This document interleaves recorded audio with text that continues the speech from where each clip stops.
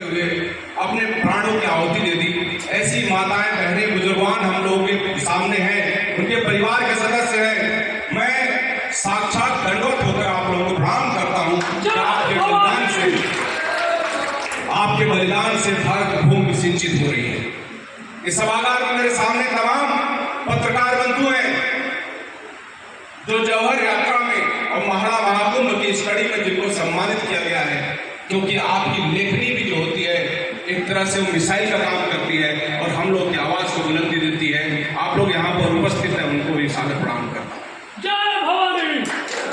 साथियों, कार्यक्रम आप लोगों को पता है कि सुबह 9 बजे से चलता आ रहा है और माननीय सांसद जी का बहुत दूर से सुबह वो भी 9 बजे से चले, उससे पहले भी यात्रा उनकी प्रारंभ हो गई थी। तो मैं समझ सकता हूं कि इतनी प्रतीक्षा के बाद भी अगर आप लोग यहाँ पर हैं, उपस्थित हैं, तो निश्चित रूप से हम लोगों के समाज का भविष्य बहुत उज्जवल है।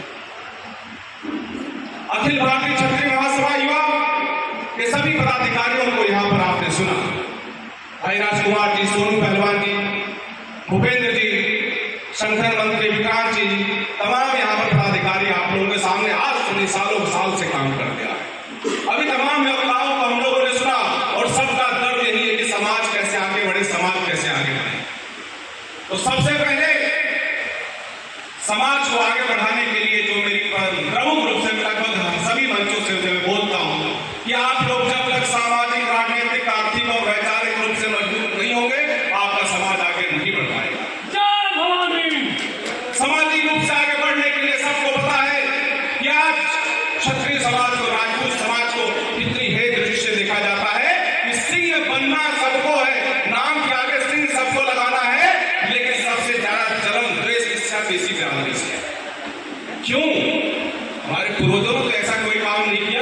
मैं तमाम सामाजिक मंचों पर जाता हूं, तमाम हर जाति वर्ग के मंचों पर जाता हूं, लेकिन क्षत्रिय समाज का एक ऐसा मंच है जहां हमेशा बलिदान देने की बात की जाती है। तमाम यहाँ पर वक्ताओं ने एक बात जरूर कही कि हमारा जो समाज है बलिदान देने के लिए तैयार है।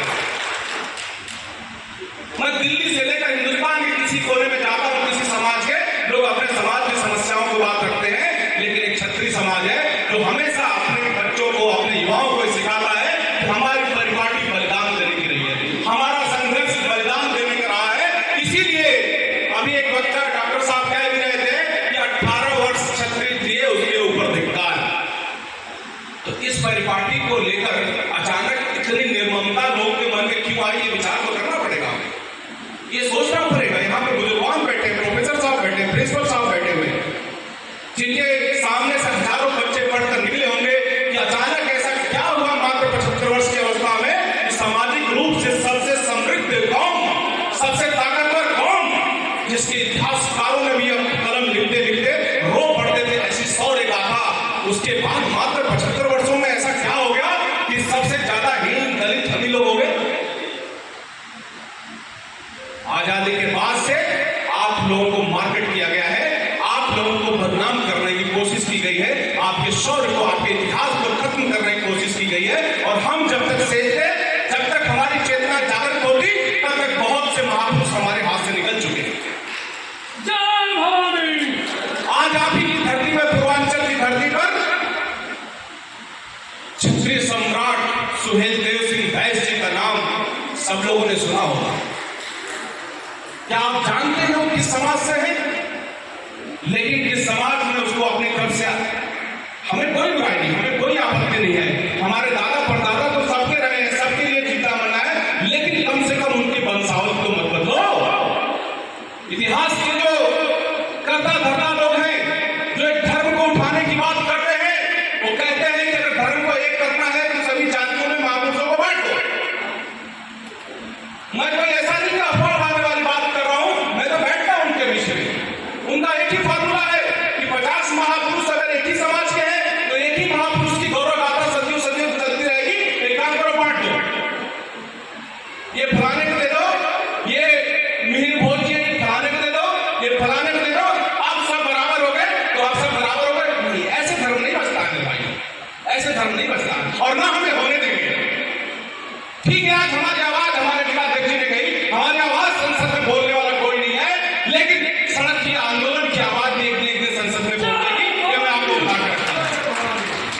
बलिदान की परिपाटी को हम लोग अपने महापुरुषों को नहीं जाने देंगे।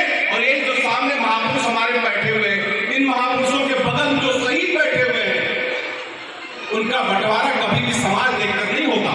अभी यादव समाज के माता जी हमारे सामने बैठी हुई है, इनके वीर पुरुष ने, इनके परिवार के सदस्य ने हमारे देश के लिए जान दी है, वो हमारे लिए महाराणा प्रताप से कम नहीं है।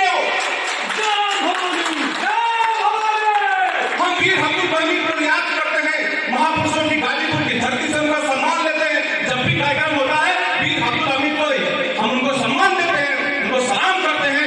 हम भी मानते हैं कि उनका शौर्य महाराणा प्रताप से कम कभी नहीं रहा है। फिर क्यों हमें बदनाम किया जाता है? सिर्फ इसलिए कि आप बदनाम नहीं होगे तो सत्ता के शीर्ष पर जो लोग बैठे हुए हैं, सत्ता के शीर्ष पर लंबे समय तक काबिज नहीं हो पाएंगे, इसलिए हमें और आपको बदनाम किया। दूसरी कड़ी में आप लोगों ने आज जौहर स्वाभिमान यात्रा की बात करी।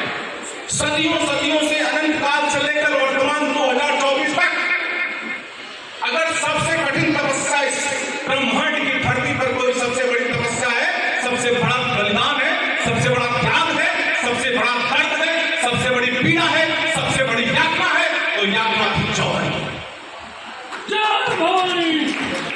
वो जौहर की यात्रा थी, उससे बड़ी पीड़ा, उससे बड़ी यात्रा, उससे बड़ा स्वाभिमान की लड़ाई कभी नहीं। अंग्रेज फाइटर्स थे, वो भी लिखते हुए रो पड़ते थे जौहर की यात्रा को जब चित्तौड़ की भूमि पर जाते थे। और जौहर ऐसा नहीं कि राजस्थान में हुआ, जौहर की परिपाटी बिहार से लेकर उत्तर प्रदेश से लेकर राजस्थान के, हिंदुस्तान के हर कोने में थी। केवल एक समाज ने उस परिपाटी को क्यों अपनाया? क्यों? क्योंकि हम हिंदुस्तान के रक्षक थे। हम नहीं चाहते थे कि हमारी इज्जत, हमारी आबरू कुछ दरिंदों के हाथ में जाए। ये परिपाटी, और किसी को जोर जबरदस्ती नहीं, किसी माता और बहनों के ऊपर कोई जोर जबरदस्ती से जौहर की परंपरा नहीं प्रारंभ की गई थी। वो खुद उनके अंदर ऐसा परंपरा थी, ऐसे संस्कार दिए गए थे, ऐसे राजपुराने संस्कार दिए गए थे कि स्वयं जल की उच्चता में, अग्निकुंड में वो चित्राणियां जलकर कूद जाती थी। अभी कुछ दिनों पहले मां पद्मावती के ऊपर एक फिल्म बनी थी। मैं आपको रिकॉर्ड के साथ बता देता हूं, मां पद्मावती की फिल्म के ऊपर जब विरोध प्रारंभ हुआ तो उत्तर प्रदेश में सबसे ज्यादा सैनिक, सबसे ज्यादा कार्यकर्ता हमारे संगठन के जेल में गए।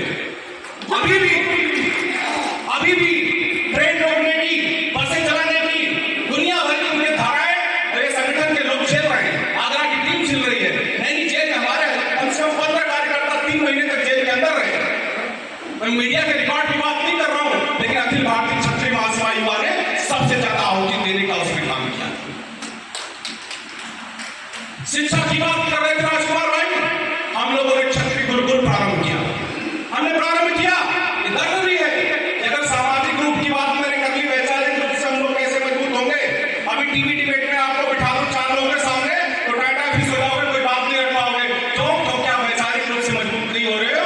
वैचारिक रूप से शिक्षा के रूप में आपको मजबूत बनोगे, तब जाके आपको अगली लड़ाई लड़नी पड़ेगी। इसमें हम लोगों ने क्षत्रिय गुरुकुल प्रारंभ किया और उसमें आह्वान किया कि जिन बच्चों को मेरिट के आधार पर उनके प्राप्तांक आ रहे हैं, मेरिट के आधार पर पढ़ने की उनकी काबिलियत है, लेकिन उनके परिवार के पास संसाधन नहीं है, तो व्यक्तिगत रूप से भी मैंने कहा था कि अखिल भारतीय क्षत्रिय महासभा युवा टीम के सदस्य हैं, इन लोगों को कहा था कि आप लोग लेकर आइए बच्चे।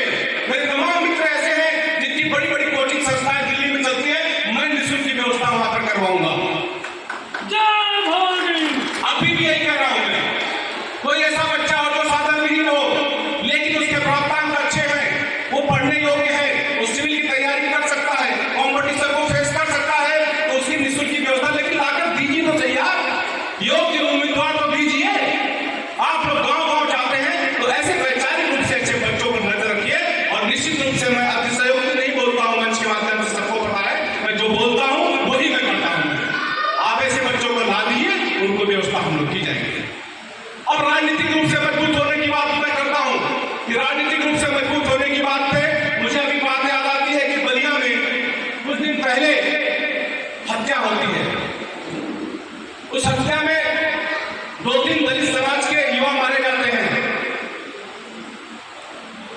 और 18 राजपूत युवाओं के ऊपर FIR दर्ज होती है। 18 राजपूत क्षत्रिय लड़कों के ऊपर